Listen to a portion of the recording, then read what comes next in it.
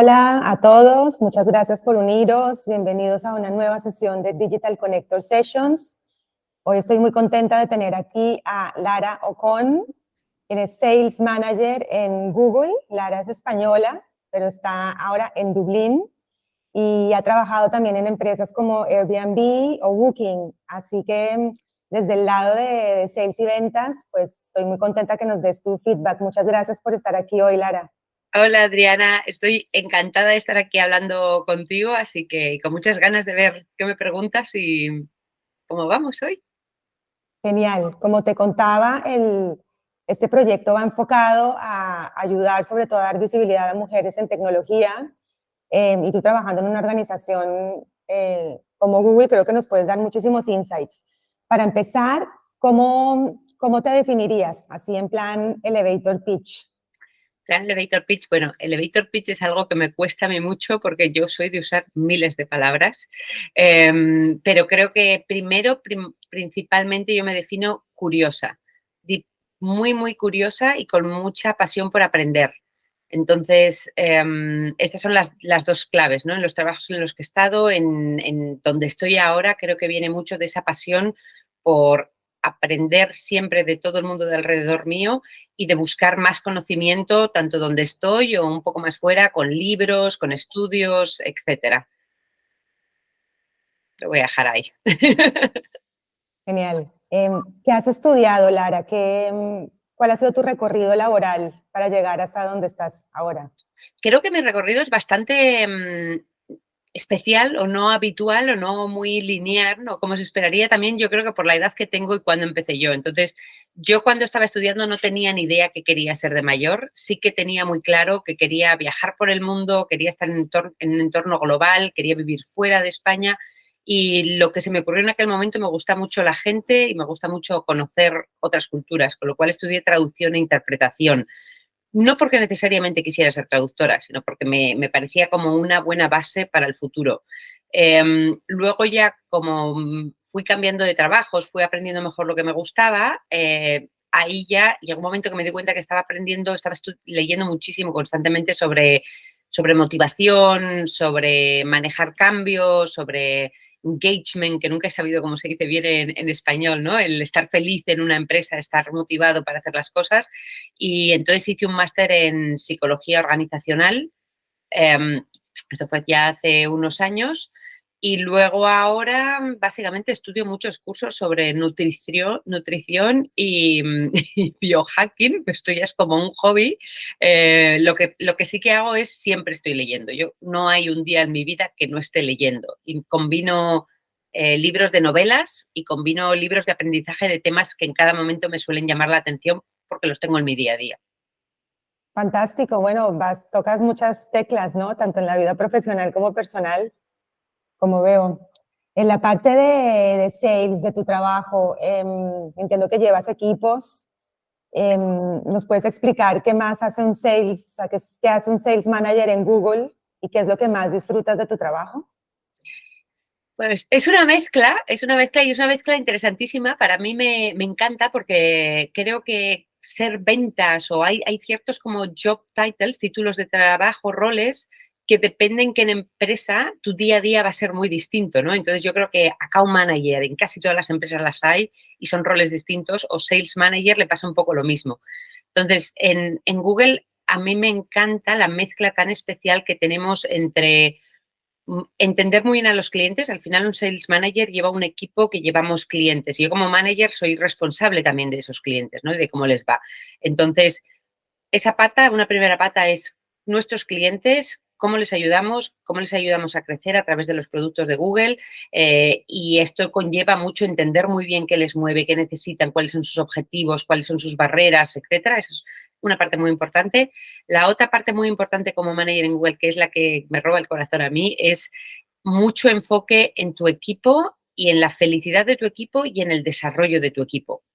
Entonces, ahí eso es algo que a mí siempre me ha motivado y de hecho es una de las grandes razones por las que yo quería trabajar en Google en algún momento como manager, porque siempre creo que es de las cosas que más me motiva a mí conocer también a mi gente, a la gente que está conmigo, entender dónde quieren ir ellos, ayudarles a entender dónde quieren ir, porque no necesariamente todos lo sabemos siempre, y también hacer como ver dónde está ese match, ¿no? Esa unión entre lo que la empresa necesita para seguir creciendo y seguir produciendo y que le siga yendo bien, y lo que cada individuo quiere para su propia carrera, porque siempre suele haber una manera de hacer match de los dos.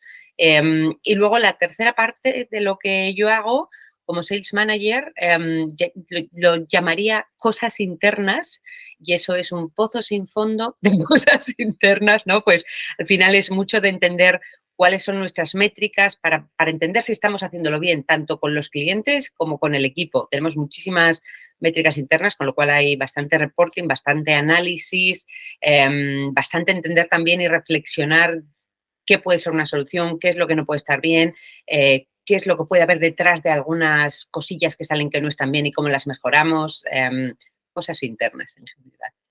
Muy bien, has dicho algo que me ha gustado mucho y desconocía, de que Google, entiendo que se preocupa también bastante por este desarrollo profesional de la persona, ¿no? Y no sé si nos puedes contar, ¿existe también tipos de promoción interna que sean horizontales y no necesariamente hacia arriba? Es decir, si alguien quiere aprender de un equipo, pero después quiere aprender de otro, ¿existe esa posibilidad? Porque hay mucha gente que no quiere ser manager, hay gente que sí quiere ser y llevar equipos, pero hay otra gente que no. Y yo creo que cada vez deberíamos hablar más de esto, ¿no? El movimiento lean in versus lean out, esta discusión que no necesariamente ascender significa, digamos, hacia arriba o vertical, pero que también puede ser horizontal. ¿Se promueve esto en Google? Bueno, yo creo que más que pensar en Google, como es, en mi experiencia, en todas las empresas que he estado, esto pasa. O sea, creo que cuando Vale. no pasa, no es tanto un bloqueo o una limitación de la empresa, sino una limitación propia. Entonces, eso que estabas diciendo, ese fenómeno de ascender, es ser manager, creo que probablemente tiene más la limitación propia de cuando uno considera que ascender pasa por ser manager. Yo quise ser manager porque a mí me llama, porque me encanta la gente, porque me encanta entenderles por toda esta parte. Entonces, esta era la parte del rol que a mí me llamaba la atención. Pero en todas he estado, como decías, ¿no? He estado en Booking.com, he estado en Airbnb, he estado en empresas más pequeñas también, y en todas esas empresas ha habido gente que quería desarrollar sus skills y quería desarrollar sus skills en otros puestos un poco distintos a los suyos, sin necesariamente esta cosa jerárquica, ¿no? Se supone que un manager es una posición más alta que una persona que es individual contributor, se dice en inglés. Y eso creo que es nuestra propia limitación mental y ese propio bloqueo que hay que trabajarlo. O sea, si tú estás en una empresa, sea la que sea, y tú haces muy bien tu trabajo y hay una parte de tu trabajo que dices, no sé, por ejemplo, me puedo imaginar en ventas, ¿no? En ventas de esta de cold calling. Yo cuando empecé en mi carrera estaba en ventas y había una parte de nueva venta y había una parte de desarrollar a los clientes ya existentes. Yo odiaba la nueva venta. Yo en aquel momento, o sea, de coger el teléfono y llamar a alguien que no conocía, me tenía que respirar profundo y siempre lo dejaba para el final y demás. Y entonces llegó un momento que entendí, ostras, a mí la parte de cuidar a los clientes ya existentes y ayudarles a que les vaya mejor me encanta. Esta otra parte no me gusta mucho. Entonces busqué otro trabajo que en jerarquía igual no era más allá, pero que era un movimiento que me permitía dedicarme más a esto. Mi consejo en realidad es, y lo hablaba hace poco con un compañero, es, yo creo que tenemos mucha obsesión por el titulito del trabajo, del cómo se nos llame, y tendríamos que obsesionarnos más por las skills que aprendes en cada equipo y en lo que tú haces en tu día a día. Y creo que también hay muchas cosas, por ejemplo, ese cold calling que a mí se me daba mal o que no me gustaba y demás, también se me daba mal y no me gustaba, o sea, no me gustaba porque se me daba mal y al revés. En cuanto aprendí algunas cosillas más, es algo que hasta puedes disfrutar. En mi caso no llegué a disfrutarlo mucho nunca, pero sí me pasó con Excel. Yo odiaba el Excel y cuando me decidí, venga, cada vez que tengo que utilizarlo, voy a utilizar como una oportunidad para practicar, me cambió el chip, aprendí un montón y a día de hoy me encanta, o sea, cada vez que tengo que hacer algún análisis, me encanta y me entretiene un montón. Entonces, yo creo que sobre todo para la gente que está empezando su carrera, pero esto se puede hacer en cualquier momento, es muy, muy importante ser muy consciente de esas cosas del día a día. ¿Qué se te da bien y te gusta? ¿Qué no se te da bien y o no te gusta? intentar, de las que no se te da bien, no te gustan, minimizarlas y aprender más para que no te sean una gran debilidad, porque hay algunas importantes que tienes que aprender. Impulsarte mucho en las cosas que se te dan bien, porque ahí vas a brillar, y luego siempre ir buscando movimientos que te permitan exponerte a cosas nuevas. Porque va a haber cosas nuevas que hasta que no te expongas a ellas no sabes si te gustan o no. Y ahora, Total. claro, y entonces tienes que ponerte a esas cosas nuevas y darte una oportunidad, no a la primera o a la segunda decir, no es para mí. Oblígate, dices, mira, yo esto lo voy a hacer 10 veces, lo voy a hacer 20 veces y a las 20 o a las 10 decido si es para mí o no, no antes. Entonces, eso me parece más importante que el rol en sí. Dentro de manager hay cosas de mi día a día que me encanta, hay cosas que digo, "Uf", pero son parte del conjunto. Como todos, a todos nos pasa. Yo creo que es muy difícil en muchos casos que el 100% de las tareas te fascinen. Igual algunas te gustan más que otras, pero yo creo que esto es súper normal. Mm. Has dicho un montón de cosas interesantes, Lara. Yo creo que también me quedo con dos. Una, que de verdad que el título no importa. Lo que importa son las skills, las habilidades en este caso. Y todo lo que has dicho creo que es importante, no solo para la gente que quiera trabajar en tecnología, sino para los que se están reinventando dentro ya de la carrera de tecnología. Por ejemplo, alguien que esté trabajando en producto y quiera trabajar a pasar a marketing, o que si está en data, quiere trabajar como developer. O sea, esto es importante tanto internamente.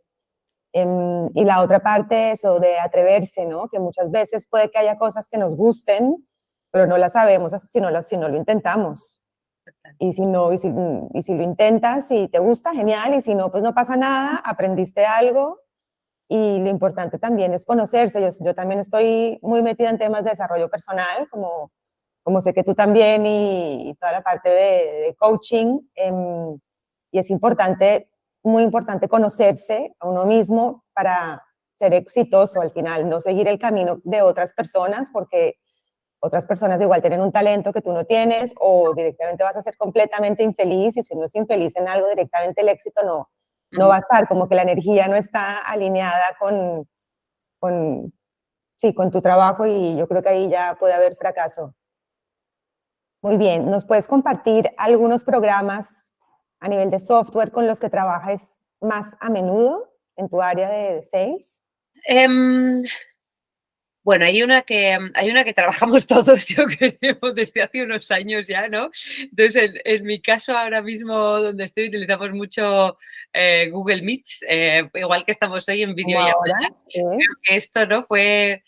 Creo que fue algo que a nivel mundial lo íbamos haciendo todos un poquito antes de la pandemia, pero con la pandemia ya es parte de nuestro día a día, para bien y para mal.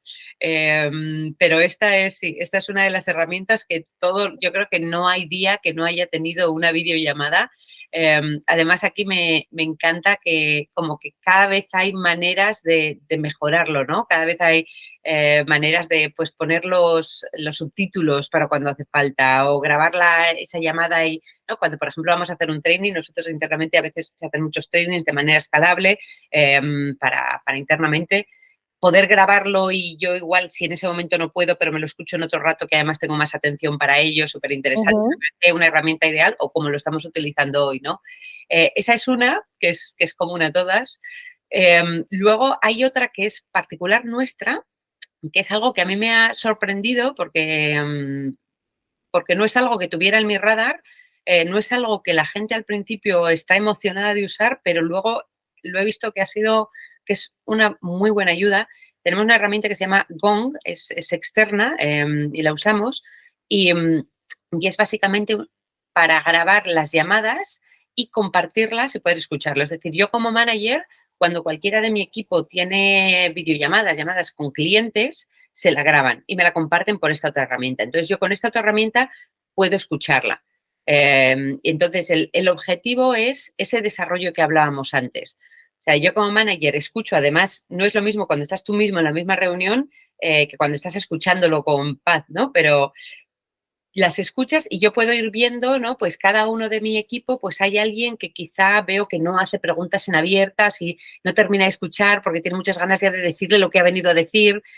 Cuando vas escuchando y lo ves como una tendencia, es muy fácil dar ese feedback y ese consejo a esa persona para que pueda cambiar un hábito y pueda ser mejor en lo que hace, ¿no?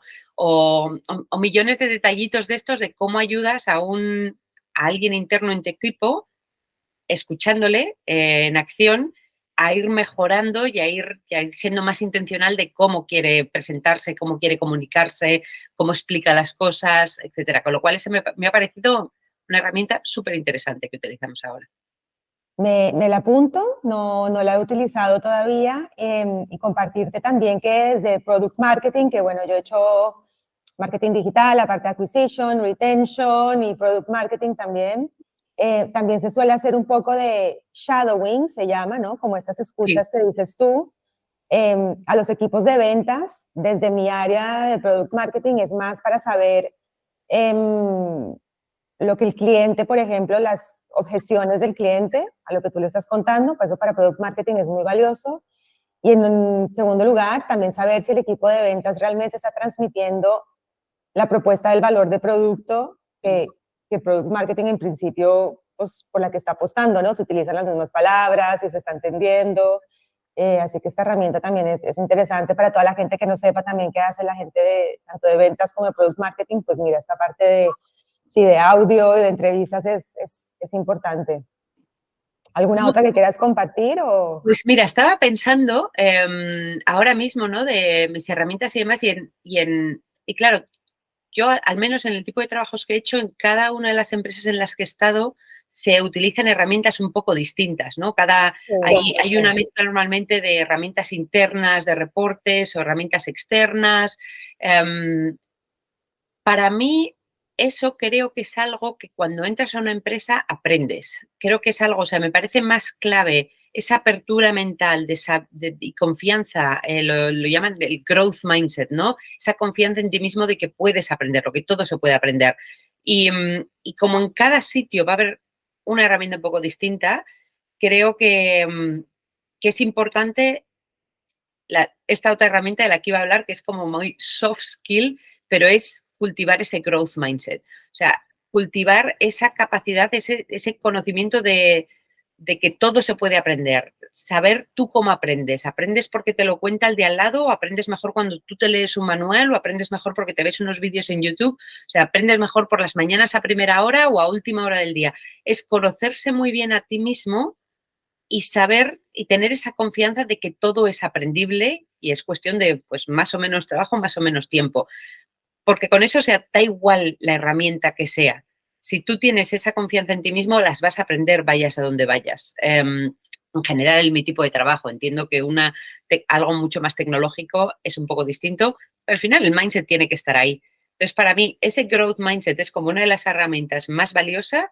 Y luego la otra, yo soy un poco más mayor y yo de siempre vengo con una libretita. Y tengo una libretita, una agenda, siempre tengo una agenda, una libretita, donde escribo cada día o cada semana yo qué quiero hacer. Y no solo son esos to-dos que te vienen, ¿no? Esa lista de las cosas que tienes que hacer, pues tienes que hacer este reporte, o me han pedido que haga este análisis, o me han pedido que haga tal. Eso está ahí. Pero también tiene que estar ahí mira, yo he estado pensando en una idea y quiero desarrollarla un poco más. Yo me pongo en mi agenda qué cosas quiero hacer, entre las que debo y las que tengo. Y me las voy ¿Prefieres boli y agenda, plan analógico total? Yo también lo hago. Prefiero boli agenda y además es que según y tengo y he probado, ¿no? Dentro de la suite de Google, por ejemplo, hay un task que puedes ir apuntándotelo y lo he utilizado y lo utilizo también y lo combino, ¿no? Pues yo aprendo mucho de otros, entonces hay personas, digo, vale, a esta persona voy a quedar con ella el viernes para preguntarle todas estas cosas y me apunto todas esas cosas ahí y las tengo ahí. Pero para lo que yo quiero hacer, las cosas que son mis objetivos, eso creo que hay algo mágico en escribirlo a mano, porque se te queda más adentro. Lo escribes a mano y luego lo vas tachando, porque también cada vez que lo tachas, esa satisfacción y ese orgullo, ¿no? Yo creo que alimentas ese growth mindset del que hablaba al principio, de puedes hacerlo. Y una vez que lo has hecho, toma, lo he hecho. Entonces, me parece de las herramientas más valiosas y también que son necesarias en todo tipo de empresa en la que estés. Para apuntarte las notas, ¿no? Y cómo vas evolucionando. Y esto que dices es muy importante y no es nada trivial, porque incluso los psicólogos recomiendan hacer esto, sobre todo en momentos cuando estamos estresados o cuando estamos empezando a tener un momento de burnout o mucha ansiedad. Escribir es importante como para sacar estas ideas y justamente para ordenar un poco tu mente, ¿no? Porque todos tenemos aquí este radio interno que nos va hablando y a veces es mejor Exacto. organizarte las ideas y a veces en la cabeza hay demasiadas cosas y puntualizándolas pues ayuda como a ver viendo esa evolución. Entonces, estamos tocando muchos temas aquí, Lara, ¿eh? Muy interesantes de la tecnología hasta la psicología. A mí todo esto me apasiona también. O sea que muchas gracias por este input. ¿Puedes compartir algunas métricas o KPIs, como se llaman ahora, o OKRs que sueles trabajar como sales manager? Sí, claro, tenemos como sales manager, o sea, cualquier sales manager de cualquier lado tienes, ¿no? Pues tienes unos objetivos, unos targets, tienes unos objetivos y unos targets y tienes los KPIs. Para mí los más valiosos son los que te van contando, ¿vas en buena dirección a esos objetivos o no? Y aquí creo que leí hace no mucho, he tardado bastante para todo lo que yo leo, Hábitos Atómicos, que si no los habéis leído, si no lo has leído, si quien nos escuche no lo ha oído, que lo lean. Y ahí habló algo que me resonó muchísimo, habla de hay que tener mucho cuidado de no convertir los KPIs en los targets y al revés, no liarte ahí. Mira. Me pareció como, ostras, es verdad, ¿no? Y eso creo que todos en algún momento corremos ese riesgo, ¿no? Por ejemplo, si estás en una fábrica de zapatos y tu objetivo es vender zapatos y quieres vender al final del mes 1000 zapatos, te dices, vale, ¿y yo cómo sé durante cada día del mes o durante cada semana si estoy cerca? Entonces, quizá un KPI es llevarlos a la tienda o cuántos zapatos he llevado a la tienda. O otro KPI es entender si tienes la tienda online, entender si estás consiguiendo las suficientes visitas a tu tienda online. O hay varios de esos KPIs, pero que no se te olvide en ningún momento que eso solo son medidas de estás acercándote, estás en buen camino allí o no. Y entonces tienes que corregir acción y tienes que pensar en otras cosas y tienes que cambiar lo que estás haciendo día a día. Pero ese no es tu objetivo. Tu objetivo son los 1000 zapatos que tienes que vender al final de ese mes. Entonces, KPIs que trabajamos, bueno, tenemos de todo, pero sobre todo, o sea, para mí la clave es cómo vamos ajustándolos cuando nos damos cuenta, este KPI en realidad no nos está midiendo ese camino, no nos está diciendo bien si vamos bien o mal. En una organización de ventas, pues miran cosas como con cuántos clientes estás hablando o con cuántos dentro de los clientes, con quién estás hablando, porque no todo el mundo con el mismo trabajo decide sobre las mismas cosas. Podemos mirar también, miramos en muchos KPIs internos que tampoco os quiero aburrir con esas cosas, tanto detalle, pero básicamente son eso, son qué actividades estás haciendo, que esas actividades creemos que nos llevan a esos otros objetivos. Y los objetivos son los que te decía al principio. Estamos ayudando a nuestros clientes, está nuestro equipo contento, se está desarrollando, etcétera. Entonces, para eso hay una variedad. Surveys, análisis, feedback, data cuantitativa, cualitativa, la utilizamos toda. O sea que también tienes una parte, de alguna manera, de customer success, ¿no? Siempre, claro. Desde vender, supongo, ampliar la cantidad de clientes, supongo que revenue, ingresos es algo muy importante, pero luego también la satisfacción del cliente, ¿no? Completamente, sí, Que la siga. del cliente. Y bueno, también vivimos en el mundo nosotros, el mundo tecnológico a veces es como muy complejo. Se hace complejo yo creo que porque cambia mucho y cambia muy rápido.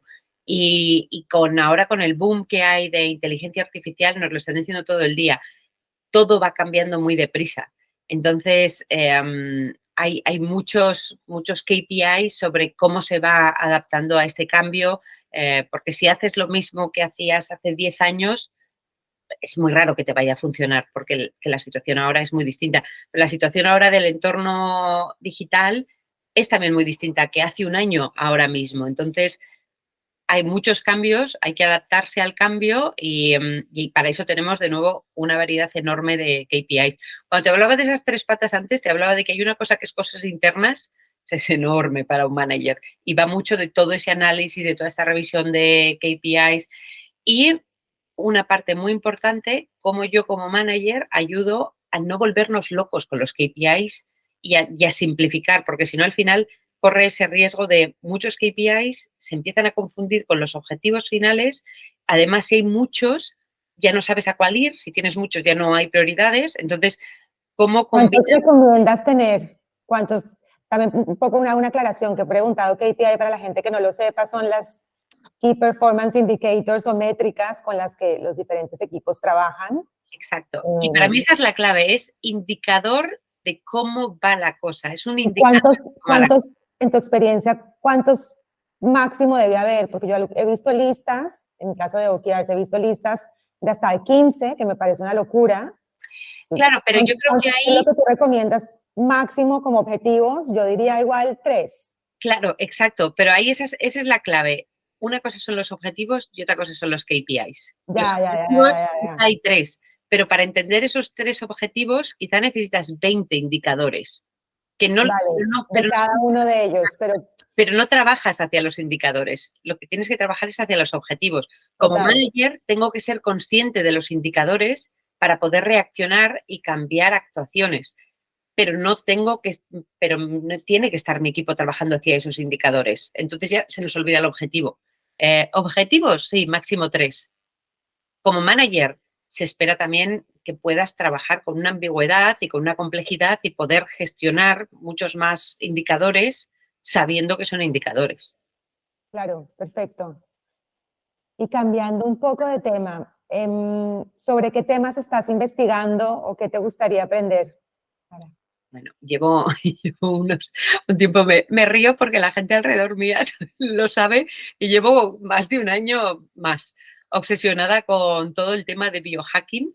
Creo que me viene de una curiosidad de siempre de entender cómo mejorar y cómo ser mejor y cómo aprovechar. Entonces, tuve muchísimo tiempo muy obsesionada leyendo mucho sobre psicología, lo que te decía antes, ¿no? Sobre burnout, sobre cultura empresarial, sobre todo esto, hasta el punto que me llegué a hacer el máster, ¿no? En psicología organizacional, pero además leía muchísimos libros sobre el tema, porque es algo que me gusta mucho, porque creo que si, o sea, yo me considero siempre, me digo, mi default, o sea, mi manera de ser normalmente es bastante feliz. He tenido la suerte de que yo en general estoy contenta, cosas a veces que me molestan o me cabrean, pero suelo estar bastante contenta en general. Pero no todo el mundo es así. Entonces me intriga mucho qué es psicológicamente que hace que estemos más contentos o menos contentos, o que te sientas mejor o que te sientas peor o que tengas más energía. Entonces eso lo estudié durante mucho tiempo y hace ya un año o 2 que he empezado a ver, vale, ¿cuál es la parte física? O sea, ¿cómo influye si hago ejercicio, si no hago ejercicio, qué ejercicio? O si, qué como, cuándo lo como, o toda esa parte más fisiológica, más biológica de cómo funciona nuestro cuerpo, ¿no? En las mujeres tenemos un ciclo menstrual y yo tengo 43 años. Este año, por primera vez, he entendido las hormonas, lo que significan, lo que necesito en cada fase a través de un libro que me he estado leyendo, que me parece increíble no haber sido más consciente antes. Sí que sabía que haciendo el mismo ejercicio en el gimnasio había días donde no me daba la energía y por lo que fuera no podía, y otros que podía hacer el doble. Ahora sé que eso va ligado a esos ciclos hormonales. Entonces, es que no se habla mucho de esto. Ahora se empieza a hablar más, pero me parece fascinante y entonces ¿Puedes compartir el libro?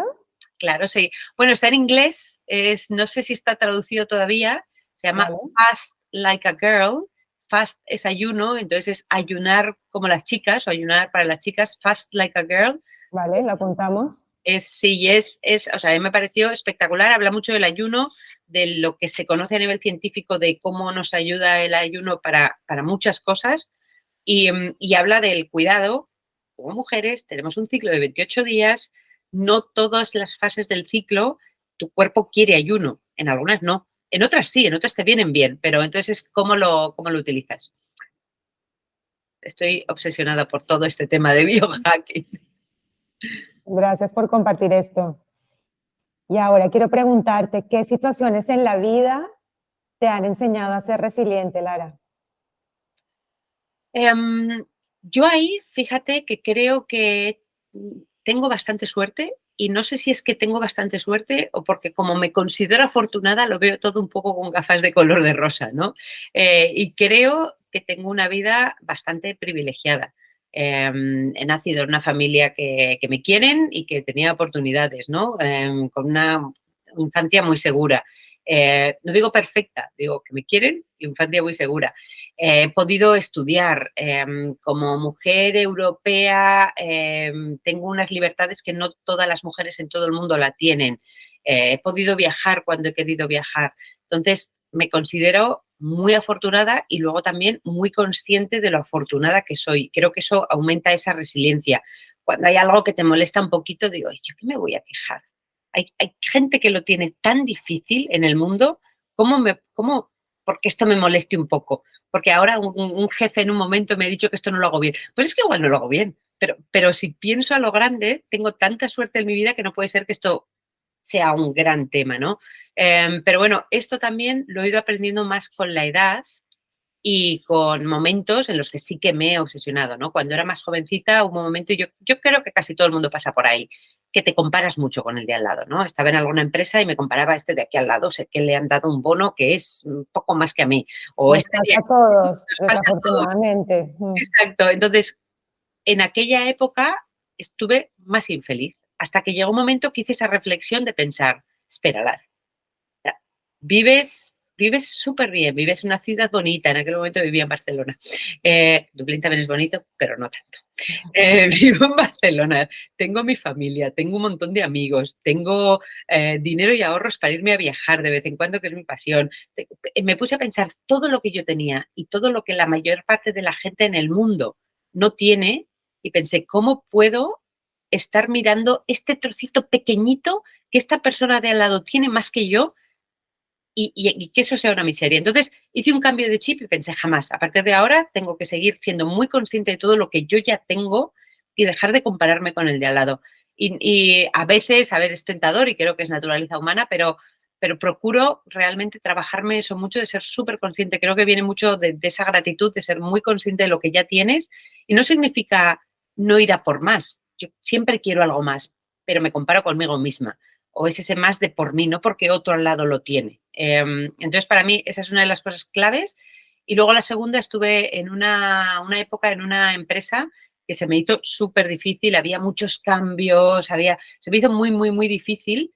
Y creo que en aquel momento también pensé, ¿sabes qué? Creo que hay una parte de esta empresa y de cómo funcionan, pero creo que hay partes que si yo pienso bien y soy sincera conmigo misma, hay tendencias que yo ya he hecho en otros sitios.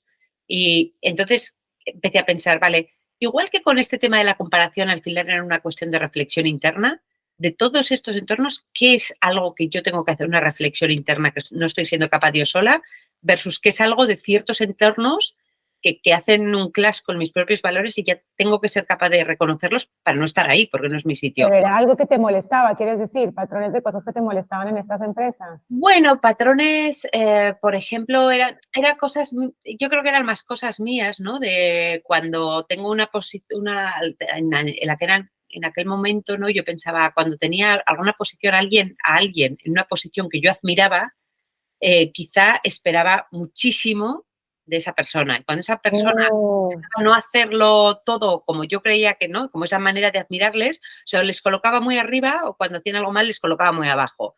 Y eso también cambiaba cómo yo reaccionaba a todo esto. tus expectativas cambiaban por esto, ¿no? Y entonces, bueno, ahí Interesante. la reflexión que hice fue, vale, esta vez con reflexión propia no soy capaz de llegar al qué es, y entonces busqué una coach y fue el proceso aquel fue increíble y me hizo darme, o sea, me hizo ser más consciente a mí de mis propios valores, me hizo ser más consciente a mí de este tipo de cosas que hacía sin ser consciente y cómo poder empezar a valorar, esté donde esté la otra persona, las cosas buenas que tiene y ser más tolerante o no ser no desilusionarme. Al final todos somos personas, todos tenemos cosas buenas, cosas malas. Todo el mundo en realidad, la mayor parte de la gente lo hace con la mejor intención que puede. Entonces, ese proceso de coaching me ayudó muchísimo a poner las cosas de otra manera, a entenderme mejor, entender el contexto y también aumentó mi resiliencia. Eso te iba a preguntar, porque creo que todo lo que has dicho, me parece que hay mucha humildad de tu parte en decir eso. He tenido mucha suerte, estoy en Europa, puedo estudiar, ¿no? Que como este canal esperamos que crezca tanto en España como en América Latina. Al otro lado del charco, como decimos, no es así. Como lo sabrás, en muchos casos la gente no tiene incluso hasta la educación mucha gente no puede acceder fácilmente a ella. Entonces, mucha humildad en todo lo que has dicho. Y en esta autorreflexión, creo que también es súper importante que la gente la haga. Y te preguntaba por eso, ¿qué herramienta? Entonces, tú hablaste de coaching, tú has hecho proceso de coaching y fue el coaching lo que te ayudó a darte cuenta de esto, porque es muy difícil que la gente de repente, ¿no? Tú estás enfadado, tienes rabia y no te das cuenta y a veces no tienes que esperar el cambio afuera, sino el cambio está en ti, aunque suene muy cliché, pero es así. Y entonces, ¿la herramienta cuál es? Para ayudar a otras personas como a darse cuenta de eso y dejar de compararse. ¿Tú recomendarías el coaching o alguna otra? Bueno, yo haría dos matices. Dos matices. Cuando yo he hablado de estudios, no me refiero exclusivamente a una licenciatura o a un estudio. O sea, obviamente, eso también es mucha suerte. Pero creo que si lo pienso yo en mi caso, he aprendido más leyendo, cursos online. O sea, hay un montón de recursos a día de hoy. Este tipo de aprendizaje. Recursos. Al final lo que importa es ese conocimiento. Y quizá hay para ciertos sitios, en ciertos puestos, que tienes que tener el título de la universidad de X.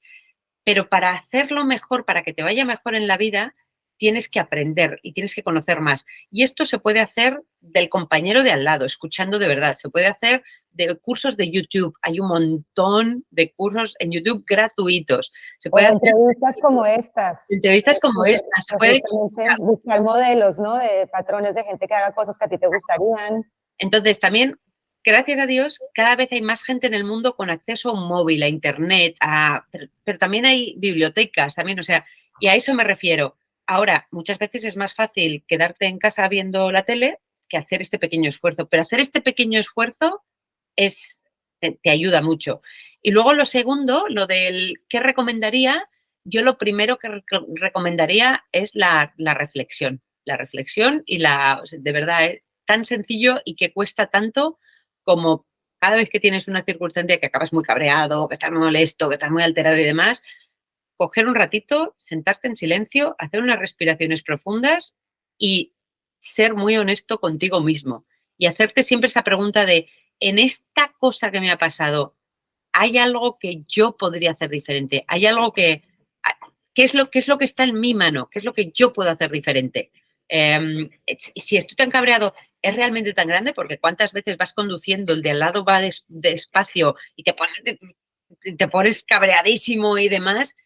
Sí, sí, sí. Y no sirve de nada tampoco, porque el tráfico es el que es. Claro, entonces eso es lo mismo para todas las áreas de tu vida. Tú estás en ciertos trabajos, tu compañero ha hecho algo, te pegas un cabreo, es un trepa, está robando mi trabajo y demás, ¿no?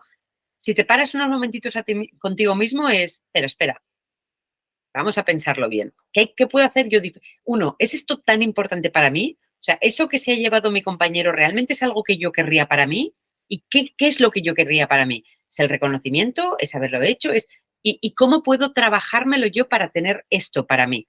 Sin estar tan pendiente de me ha quitado, o sea, ¿cómo puedes traer para ti cosas que tú quieres? Entonces, a veces yo creo que incluso utilizar estas emociones, ¿no? Que son como más negativas de o envidia o cabreo o rabia o demás, coger un momentito de reflexión a pensar, si estoy reaccionando tan fuerte a esto, ¿qué hay aquí que yo echo de menos, que siento que no tenga o que yo quiero o que qué es lo que en realidad yo necesito de aquí? Y reflexionar. O sea, creo que coaching o ayuda externa es fantástico, pero creo que si no eres capaz de hacer esa reflexión, va a ser muy difícil que lo aproveches de verdad también. Tú me has dicho antes que haces coaching y demás, ¿no? Me puedo imaginar que gente que viene dispuesta a esa apertura, dispuesta a ayúdame a encontrar las respuestas versus ayúdame a que el otro cambie. No, total, lo de dar consejos es más complicado. Yo sí puedo dar recomendaciones, pero la parte del coaching en particular es eso, es la gente que que está dispuesta a tocar cosas que igual de otra manera no puede ver. O sea, un coaching no se puede sugerir, imponer, ni muchísimo menos. Ese proceso tiene que venir desde adentro con ganas de mejorar. Claro, y siempre es de uno mismo. Total. Exacto. Total. Hay gente que, sí, entre más le digas a alguien algo, pero si esta persona no está en el momento de recibir esta información, no sirve de absolutamente nada. Entonces tiene que ser, sí, autorreflexión. Exacto.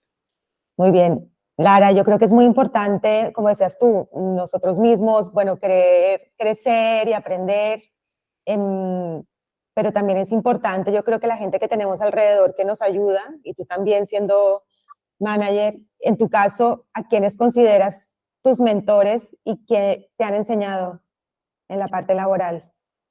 Bueno, yo tengo, tengo miles de mentores.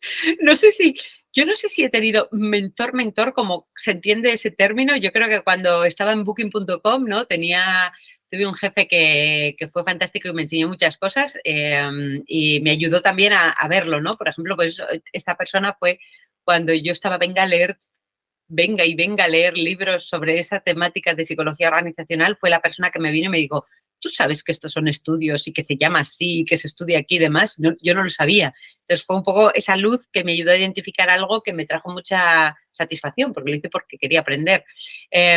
Pero al margen de gente así, de este tipo de cosas, para mí, o sea, yo sé que se puede aprender de todo el mundo. Entonces, de mi equipo, de mi propio equipo, hay gente que es increíble ahora mismo, que es increíble en networking y en relacionarse y en buscar cómo buscar soluciones y de eso tengo que aprender. Y yo les estoy enseñando de otras cosas, pero de eso de ellos aprendo. Tengo la mayoría de mi equipo son expertos en producto de Google Ads, son expertos a un nivel que yo no voy a llegar con, Ujú. lo sé, pero voy aprendiendo de ellos día a día. Luego yo les enseño a gestionar otras cosas.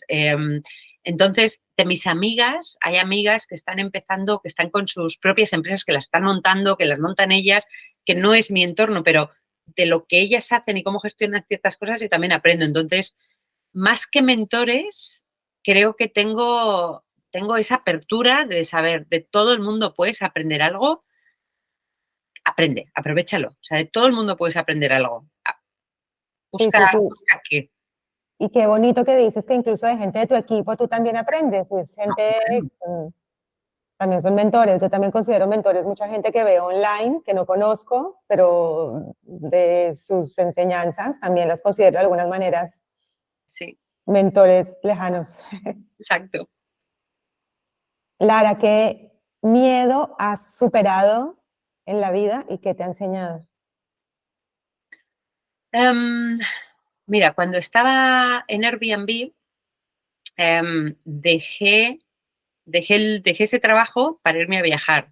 Y esto venía de cuando era súper jovencita y me fui a vivir a Londres la primera vez. Y cuando llegué a Londres, tenía 21 años, y esto hace muchos años, entonces la gente no se iba de gap years o no se iba a viajar por el mundo y demás. Entonces cuando llegué a Londres, allí la gente sí que lo hacía. Y cuando vi gente que lo hacía, se me quedó como dentro de, ¿esto era una opción en la vida? Yo podría haberme ido a viajar. Entonces se me quedó ahí dentro, en algún momento cogeré tiempo para mí y me iré a viajar y me iré a ver Australia y me iré a ver la Polinesia. Y era algo que lo tenía muy dentro. Y no lo estaba haciendo, ¿no? Porque también me gusta mucho mi carrera, me gusta mucho lo que hago, me gusta crecer en mi carrera. Pero cuando estaba en Airbnb, me había jurado, cuando entré, me había jurado que el siguiente cambio que haría sería dejar la empresa para irme a viajar, que ya no lo iba a dejar para más tarde ni para más lejos. Tenía ya, no sé, tenía ya 40 años o lo rozaba, o 38. Y, y entonces, aunque estaba convencida y me lo había prometido a mí mismo, me daba mucho miedo. Me daba mucho, mucho miedo con todo lo que me había costado llegar a esa posición, a esta, me daba mucho miedo en pensar en dejarlo. Entonces, cada día lo iba pensando, cada día iba pensando los ahorros que tenía que tener, cuánto me estaba acercando, cuántos días, ¿no? Cómo iba poniendo esa parte de seguro, cada día iba pensando cómo se lo digo a mi madre, cómo se lo digo a mi madre. Y también, y mi miedo interno era, ¿y si lo dejo todo y cuando vuelva, sabes, no puedo encontrar un trabajo que me guste o no puedo encontrar un trabajo que me permita vivir como a mí me gusta vivir? Entonces, ese era como un miedo muy, muy básico. Que Perder esta estabilidad, supongo, ¿no? Después al sí, volver si vas a poder llegar a lo mismo. Bueno, exacto. ¿y Ese cómo te animaste a hacerlo? era algo que lo hice. La manera de hacerlo es haciéndolo. Entonces, yo tenía seguro que no, que cuando yo me imaginaba cuando fuera muy, muy mayor, mirar hacia atrás mi vida y no quería no tener esa experiencia. Con lo cual, al final, cuando me di cuenta además que estaba esperando como un permiso de mis padres que no era justo para ellos, decidí, se lo comuniqué, tenía yo una cantidad de dinero que quería tener de ahorros, entonces ahí puse una fecha límite Y cuando llegué a esa fecha límite, cogí aire y di el aviso en el trabajo y se lo comenté a mis padres y me lancé. Entonces, lanzándome también aprendí que cuando tú sigues tu corazón y te preparas, yo me había preparado de muchas maneras, luego todo sale bien. Luego, cuando dejé el trabajo después de unas semanas, mentalmente estaba en otro lugar y sabía que aquellos miedos eran irreales. Cuando volví de viajar, volví además con las ideas como muy claras de qué es importante para mí, qué me gusta hacer, cuáles son mis cosas, y me ayudó también, encontré trabajo muy rápido en algo que me gustaba un montón también. Entonces creo que los miedos hay que darse cuenta, hay que darse cuenta de dónde vienen, hay que darse cuenta qué parte es irreal, hay que darse cuenta qué parte tiene una base, pero entonces cómo lo preparas, o con ahorros, o cómo te preparas bien para minimizar eso, y luego hay que dar el paso. Hay que dar el paso y lidiar con ello. Pues recomendarías a la gente que tenga las mismas dudas que lo hagan. Sí.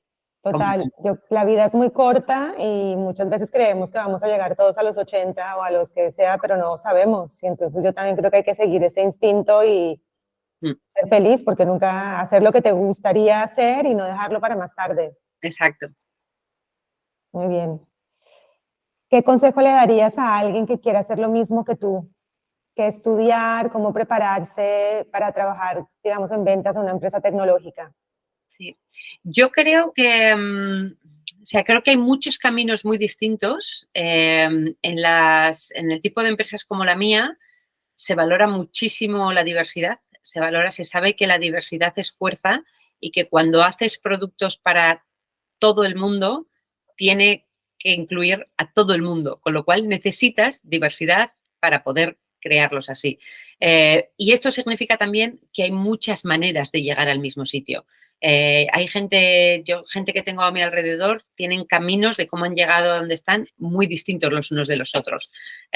Con lo cual volvemos un poco a esas skills y a esas fortalezas tuyas y entender muy bien, o sea, tener ese growth mindset de querer aprender, de querer mejorar, de continuamente estar mejorándote y luego entender cuáles son esas cosas que a ti se te dan muy bien, impulsarlas. Hay gente que tenemos en el equipo que son buenísimos en pura venta y quizá no son tan buenos en producto, en la parte técnica y demás, pero tienen una capacidad de conocer a la gente, de conocer sus motivaciones, de darle lo que necesitan, de gestionar eso que les hace muy superiores a otros. Tenemos a gente que sabe muchísimo de producto, que les encanta el marketing digital, que llevan estudiando y haciéndose cursos y enredando y tocando Google Ads, y que saben mucho de producto y eso les permite también estar ahí. Entonces, de nuevo, es súper diverso. Yo creo que cada uno, y dentro de una empresa como la mía, hay puestos de todo tipo. Hay ingenieros, hay ventas, hay de producto, hay de todo tipo. Con lo cual, yo volvería a uno mismo. Entiende muy bien qué cosas te gustan, qué cosas se te da bien, qué cosas no. Y apasionate por ellas y sigue mejorándolas, sigue trabajándolas y busca experiencias que te den visibilidad de cosas nuevas y también paciencia. No todo lo queremos cuando lo queremos. Yo para eso soy terrible, no tengo paciencia y lo que quiero lo quiero ya. Y es algo, ¿no? Un aprendizaje continuo para mí. Yo me tengo que mover hacia adelante y confiar en que ya las cosas se pondrán en mi camino cuando se tengan que poner. Con lo cual, no te puedo decir, estudia esta carrera, luego haz este número de años en este tipo de empresa y luego haz esto otro. Hay muchos muy diversos. Hay muchas vías para trabajar en ventas en el mundo tecnológico. Bueno, nos quedamos con esto. Y hablando más de la parte de mujeres en tecnología, Lara, se sabe que en equipos digamos, de desarrollo, el 70-80% están formados por hombres. Se sabe también que las mujeres que lideran empresas de tecnología tienen un ROI o retorno sobre la inversión hasta 30% mayor que empresas que están lideradas por hombres. Con lo cual, desde tu punto de vista de liderazgo, ¿cómo crees que podemos mejorar esta igualdad en las empresas de tecnología, tanto en la parte de salarios como en la parte de que más mujeres accedan a puestos de liderazgo? ¿Qué crees que debemos hacer? Bueno, estuve un tiempo con otras dos compañeras y amigas, montamos una organización que era Women in E-Travel, que era un poco sobre esto, ¿no? Y era un poco sobre cómo O sea, veíamos cuando yo estaba en Travel Digital, que cuando íbamos a eventos, a sitios como más públicos, era raro ver mujeres hablando, que gracias a eso esto ya ha ido cambiando bastante, ¿no? Entonces, en aquella época me puse a investigar mucho porque es algo que me llamaba mucho la atención y quería entenderlo mejor. Cuando estudié todos estos temas, en muchísimos estudios y en muchísimo del research, de lo que se hablaba es que si se pudiera cambiar solo una cosa para mejorar esta diversidad y esta igualdad, serían los bias, los sesgos, ¿cómo se dice esto? En inglés es sesgos inconscientes, ¿no? Entonces, leí mucho de aquello, ¿no? Sesgos inconscientes, por ejemplo, había un research de hace muchos, muchos años, ¿no? En los que, y esto estaba hecho en inglés, que se ponía un grupo de personas y se les decía, vale, dadnos palabras características que definan a un hombre. Y a otro grupito que era palabras características que definan a mujer. Y a otro grupito, palabras características que definan al líder. En aquel momento, cuando se hacía cruce de esas palabras, la mayoría de las palabras con las que todos identificamos a un hombre tenían mucho match con las palabras que identifican al líder. Creo personalmente que esto va cambiando, porque lo que se esperaba de un líder, de líder, hace 20 años es distinto a lo que se espera del líder ahora. Pero hay un montón de sesgos cognitivos que hasta que no eres consciente de ellos no puedes empezar a cambiarlos, porque no puedes empezar a cambiar tus reacciones. Entonces, eso es una.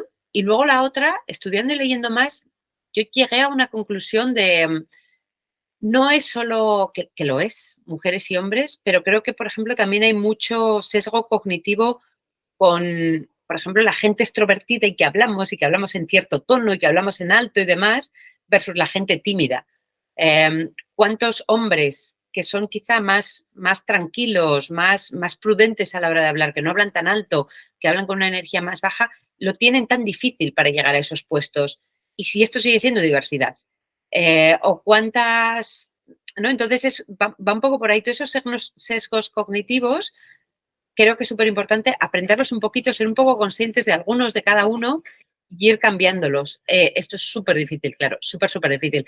Así que yo lo que recomendaría es a las mujeres, hablad. O sea, no os dudéis tanto porque nos dudamos un montón. Entonces, cuando estás en una sala de reuniones y demás y te cuesta hablar, oblígate al menos, hazte una apuesta contigo misma de a cada reunión que vas a hablar una vez, aunque sea para preguntar, pero vas a hablar una vez si esto es algo que te cuesta. Para tener visibilidad, ¿no?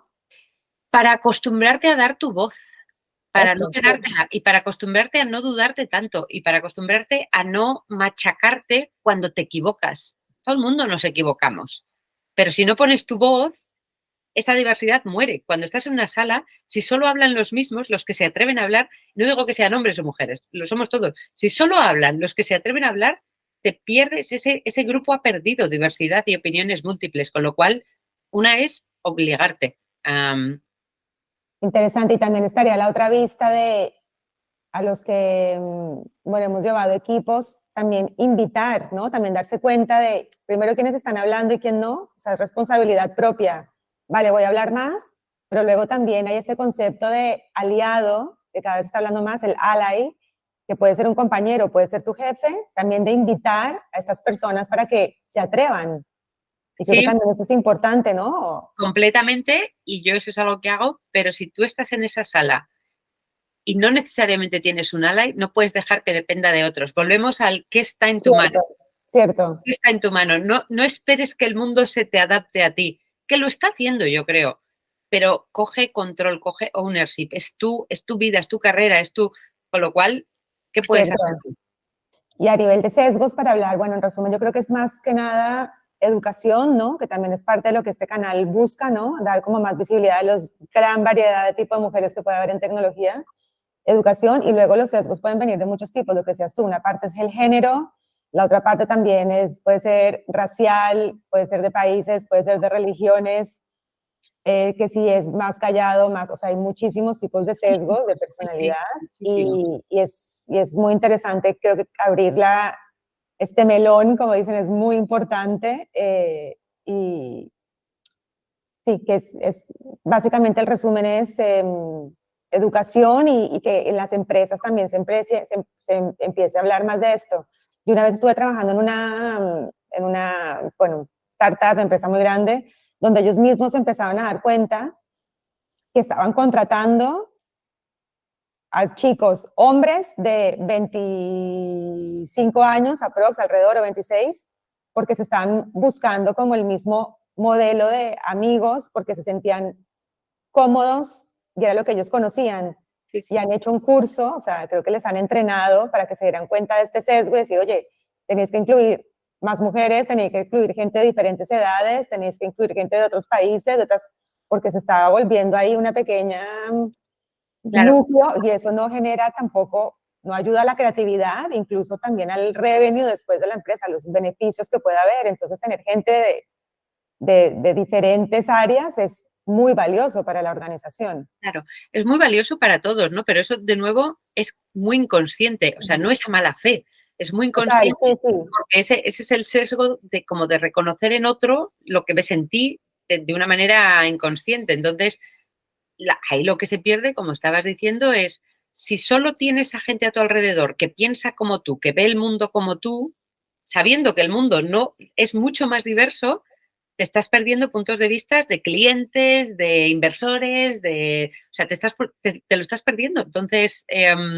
necesitas tener a alguien que te haga challenge de cómo piensas. Si yo nunca me hubieran obligado a repensar cómo veía ciertas cosas, seguiría bastante descontenta comparándome con el de al lado porque tiene, qué sé, un anillo más que yo. Entonces, el poder comparar y ver toda esa diversidad nos enriquece a todos. Es súper importante. Totalmente de acuerdo.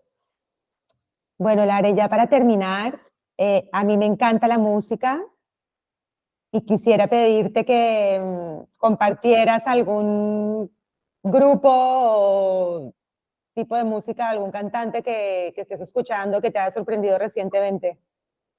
Soy terrible para eso. Soy terrible para eso. A mí me gusta mucho la música en general y siempre estoy escuchando y siempre llevo los auriculares y escucho música, pero escucho los 40 principales, escucho lista basada en, es que ni me acuerdo de los nombres. ¿Qué te gusta? Recomiéndame algo. Dime algo que te guste para oír que te guste mucho. Te lo juro que no me acuerdo de los nombres. Billy algo, o sea, es que ni me acuerdo de los nombres, te lo juro. Es pop, o sea, pop normal y corriente. Lo Bueno, escucho. muy bien, no pasa nada. Yo te voy a pasar entonces unas listas, yo que tengo unas listas Me buenas va a de hacer grabadas. me gusta mucho, por ejemplo, el año pasado una de mis mejores amigas, yo estaba en Barcelona esa semana y había un concierto de Juan Luis Guerra y yo nunca hubiera, o sea, no busco en mi Spotify en Juan Luis Guerra, no, pero cuando me dijo esto dije, pues voy contigo. Me lo pasé genial y después de estar escuchando en el concierto estuve semanas escuchando Juan Luis Guerra, que además estaba como muy buen ambiente, ¿no? Luego de repente un día alguien me dice, un amigo, estamos planeando irnos a Cádiz y me acuerdo de Niña Pastori y de la canción Cádiz y entonces me pongo una música alrededor de esa canción. No soy, o sea, me encanta la música, pero no soy la persona que te viene con, este es mi grupo, o sea, soy la persona que absorbe los de los otros. Circunstancia, vale, muy bien. Pues ya te compartiré algunas cosas. Genial. Bueno, Lara, ha sido un grandísimo placer. Muchísimas gracias por tu tiempo y por tu compartir. ¿Alguna última cosa que quisieras decir? No, gracias. Gracias a ti por estas iniciativas. Yo creo que es súper importante el ayudar a otros, ¿no? A pensar las cosas de otra manera, a ver opciones, a ver qué es posible. O sea, yo, de nuevo, yo soy una chica de Soria que estudió traducción e interpretación en una universidad pequeñita que me he dejado guiar por mi curiosidad y estoy en un puesto que yo sé que a la Lara de 20 años, si le hubieran dicho vas a estar trabajando en Google, habría sido como, ¿no? Entonces, que todo es posible, es ver la opción, es ver la manera, pero que no nos cerremos a nosotros mismos opciones porque las hay. Me encanta ese cierre. Muchísimas gracias. Un abrazo muy fuerte. Chao. Chao. Gracias por llegar hasta el final. Suscríbete, dale like, deja tus comentarios y ayúdanos compartiendo con tus compañeras, familiares, líderes de equipos o a quien creas pueda serle útil esta información. Hasta la próxima.